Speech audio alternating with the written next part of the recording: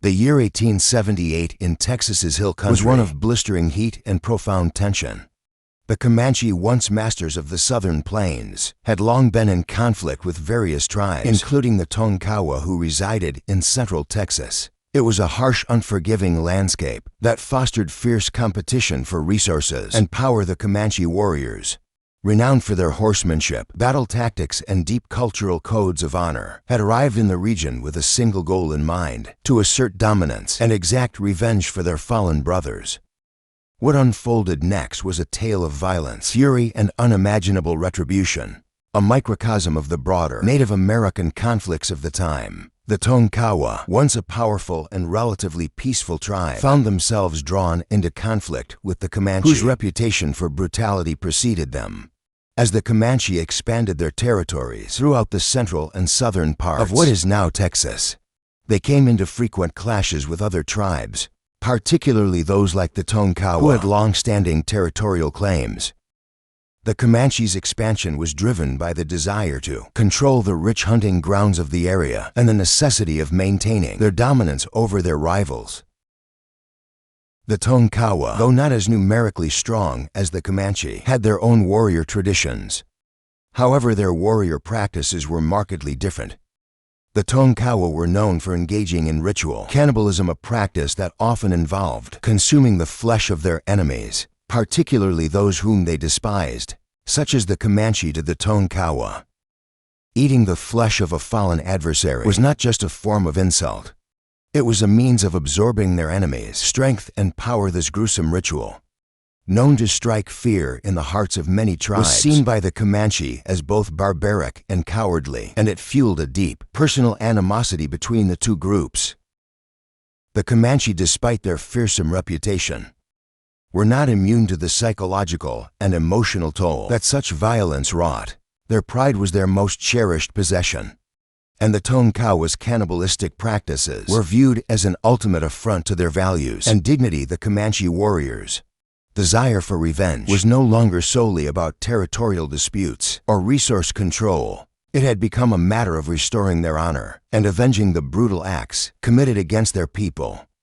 On a blistering, oppressive afternoon in 1878, the Comanche warriors set up camp near a creek in the Texas hill country. Their tents sprawled across the dry, cracked earth, offering little relief from the heat. The creek, though providing some water and shade, was not a haven but rather a temporary stopping point. The Comanche were not the type of people to settle in one place. For long, their nomadic lifestyle was one of survival, constantly moving from one location to another in search of buffalo game and resources. The day had begun like any other, with the warriors setting off on their hunts. A group of young braves eager to prove their worth had been tasked with the responsibility of finding game. The Comanche were skilled hunters, and the thrill of the chase was a fundamental part of their culture. For hours the young men ventured through the hills, using their keen senses to track herds of buffalo, their eyes scanning the horizon for signs of movement. However, their hunt took a dark turn. 3 of the 6 young braves never returned. When the remaining 3 appeared on the horizon, it was immediately apparent that something had gone horribly wrong. Their faces were grim, their eyes filled with dread. And as they approached the camp, they cried out the tragic news. Their comrades had been ambushed and killed by a band of approximately 30 Tonkawa warriors. The Comanche, filled with fury and disbelief, did not waste a moment in preparing for retaliation. The brutal murder of their young warriors was not just an attack on their people. It was an assault on their way of life. The scene in the Comanche camp quickly descended into chaos as the warriors scrambled to gather their weapons and prepare for battle. There was no hesitation, no time for grief or mourning, just the relentless burning desire for revenge. Within minutes, the Comanche mounted their horses and set off, following the trail of the Tonkawa in hot pursuit. For hours the Comanche tracked the Tonkawa, riding at a breakneck pace. Their horses, built for endurance and speed, carried them swiftly over the rugged terrain. The Tonkawa, believing they had successfully outrun their pursuers, made camp in a ravine. It was here, beneath the shade of the rocks, that they felt a brief moment of reprieve. As the sun began to dip below the horizon, the Tonkawa gathered around their campfire, cooking a meal in preparation for the coming night. Little did they know that the Comanche were only a short distance away. As the Comanche crested a ridge, their sharp eyes spotted the Tonkawa below. Gathered in their camp, it was at that moment that silence descended on the scene. The two groups locked eyes from across the ravine, and for a brief moment the air was thick with tension. It was the calm before the storm, a fleeting moment of recognition before the chaos that would follow. The Comanche war chief, sensing the opportunity for a final decisive strike, gave a high-pitched war cry that shattered the stillness of the evening. At once the Comanche warriors descended into the ravine, riding swiftly into the heart of the Tonkawa camp. The initial moments of the battle were brutal, with the Comanche cutting down several Tonkawa warriors before the survivors could react. As the battle raged on, a Comanche warrior stumbled upon something that would fuel the fire of vengeance even further. Amid the chaos, he noticed the campfire still burning, with a meal cooking over the flames. Upon closer inspection, he recognized the meat roasting on the fire, a human leg the Tonkawa had been practicing their gruesome ritual of cannibalism, and the warrior immediately recognized the desecration for what it was. To the Comanche, this discovery was more than just a mere act of barbarism, it was a profound insult. The practice of cannibalism was seen not only as a violation of sacred warrior codes, but as an ultimate form of humiliation. The idea that the Tonkawa had used the flesh of their fallen comrades as a meal was more than they could bear. The rage that had simmered within the Comanche warriors now boiled over into a thirst for brutal retribution. No longer content to simply defeat their enemies, the Comanche were driven by an insatiable desire to exact vengeance. They mounted their horses once more, pursuing the remaining Tonkawa deeper into the ravine, their spirits alight with fury. The air was thick, with the sound of hooves pounding the earth. As the warriors raced towards the remnants of the Tonkawa, in the depths of the ravine, the Tonkawa had prepared for the worst. They had fortified their position, hoping that their knowledge of the land would give them an advantage. As the Comanche charged, they faced a wall of resistance, with the Tonkawa warriors firing arrows and engaging in hand-to-hand combat. For a moment, it seemed that the Tonkawa might hold their ground.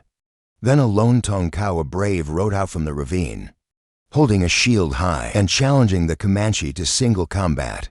His bravery was unmatched, and he called for any warrior among the Comanche to face him.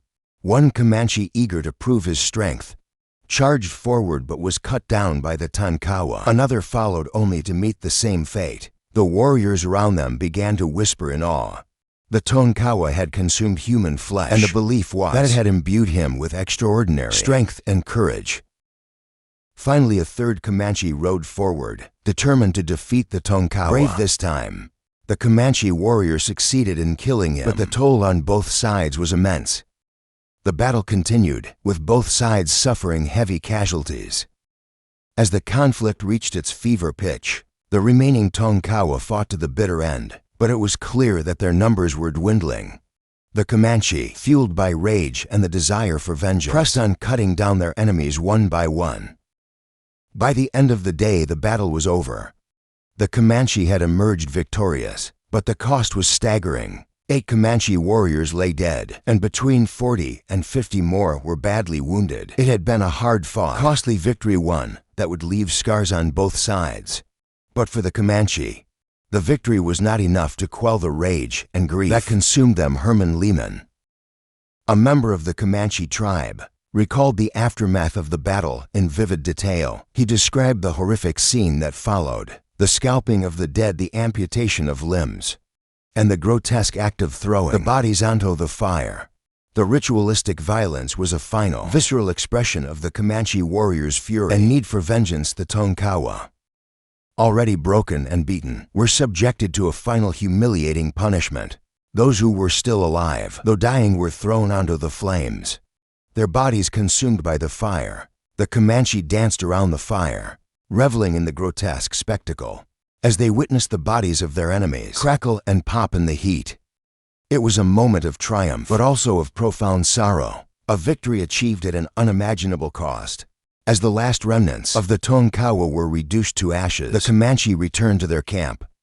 But the mood was somber. The families of the slain warriors mourned deeply, their grief raw and palpable. The wives and children of the fallen warriors wept, cutting their bodies in traditional displays of mourning. The sounds of their cries filled the air, a stark contrast to the earlier triumph.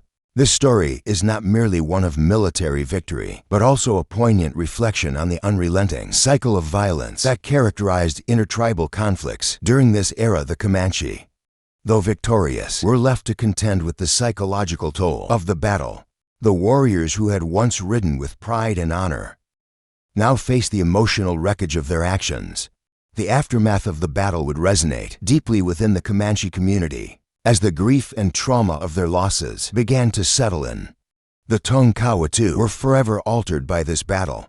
The brutal loss of their warriors, the humiliation of their ritualistic practices being exposed, and the devastating defeat they suffered would haunt them for generations. For both tribes, this battle was not just a violent clash. It was a moment of profound change, one that would define the course of their histories. The battle between the Comanche and Tonkawa is but one example of the many intertribal conflicts that plagued Native American tribes during the late 19th century. These wars were often complex, driven not only by territorial disputes, but also by deeply ingrained cultural values, historical grievances, and the fight for survival in a rapidly changing world. The legacy of these conflicts is still felt today, as many Native American tribes continue to grapple with the scars of centuries of violence and colonization. In the end, the story of the Comanche and Tonkawa is not just one of bloodshed and brutality. It is a testament to the resilience, honor, and complexity of the tribes involved. Though both sides paid a heavy price, their stories remain a crucial part of understanding the broader history of Native American resistance and survival. The lessons learned from these dark chapters of history serve as reminders of the destructive power of revenge, the deep emotional costs of conflict, and the enduring strength of the human spirit.